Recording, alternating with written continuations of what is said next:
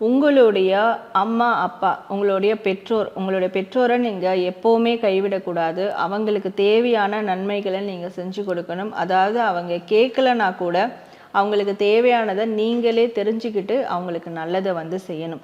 So உங்களுடைய பெற்றோரை நீங்கள் எப்போவுமே கைவிடக்கூடாது. அப்படி நீங்கள் கைவிடாமல் இருந்தீங்கன்னா முருகரும் உங்களை எந்த ஒரு சூழல்லையும் கைவிட மாட்டார். எப்பேற்பட்ட இக்கட்டான நிலையில் இருந்தாலும் உங்களை ஏதாவது ஒரு ரூபத்தில் உங்களை காப்பாற்றுவார். ஆனால் நீங்கள் என்னதான் முருகர் வழிபாடு செஞ்சாலும், என்னதான் கோவில்களுக்கு போனாலும், புண்ணிய காரியங்கள் செஞ்சாலும் உங்களுடைய பெற்றோர்களை கைவிட்டுட்டிங்கன்னா முருகரே உங்களுக்கு எந்த விதமான உதவிகளையும் செய்ய மாட்டார் அப்படின்றதும் ஒரு வார்னிங்காக உங்களுக்கு வந்து கொடுக்குறாரு.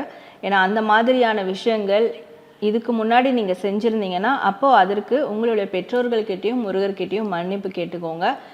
அப்படி செய்யாதவங்க இனிமேல் உங்களுடைய பெற்றோர்களுடைய அந்த விருப்பங்கள் இல்லை அவங்களோட தேவைகள் என்னென்னு அவங்ககிட்ட கேட்டோ இல்லை கேட்காமலோ தெரிஞ்சு அவங்களுக்கு கம்ப்ளீட் ஒரு சப்போர்ட் கொடுங்க. அவங்கள எப்போவுமே உங்களுடைய கூட வச்சு பார்த்துக்கணுன்னு நீங்கள் அதற்கான முயற்சிகளை மேற்கொள்ளுங்க அப்படின்றதும் முருகர் தரக்கூடிய மெசேஜாக இருக்குது. முருகருக்கே அவருடைய அம்மையப்பன் தான் முதல் கடவுள். அந்த மாதிரி அப்போ உங்களுக்கும் உங்களுடைய பெற்றோர்கள் தான் முதல் கடவுள், அதற்கப்புறம் தான் எல்லாருமே. ஸோ இந்த ஒரு விஷயத்தை நீங்கள் ஸ்ட்ராங்காக உங்கள் மனசில் பதிய வைக்கணும். அது மட்டும் இல்லாமல் அதை வாழ்நாள் முழுவதும் நீங்கள் கடைபிடிக்கணும் அப்படின்றது தான் முருகர் உங்களுக்கு தரக்கூடிய ஒரு அட்வைஸ் அண்ட் ஸ்ட்ராங்கான ஒரு மெசேஜாகவும் இருக்குது. ஸோ 5ஆம் படை திருத்தணி முருகரை செலக்ட் பண்ண உங்களுக்கான முருகர் மெசேஜ் பார்த்தோம்.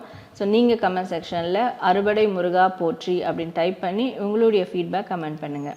ஆச்சி ராயல் குலோப் ஜாமுன் பேக்ஸ் 1 வாங்கினால் 1 இலவசம்.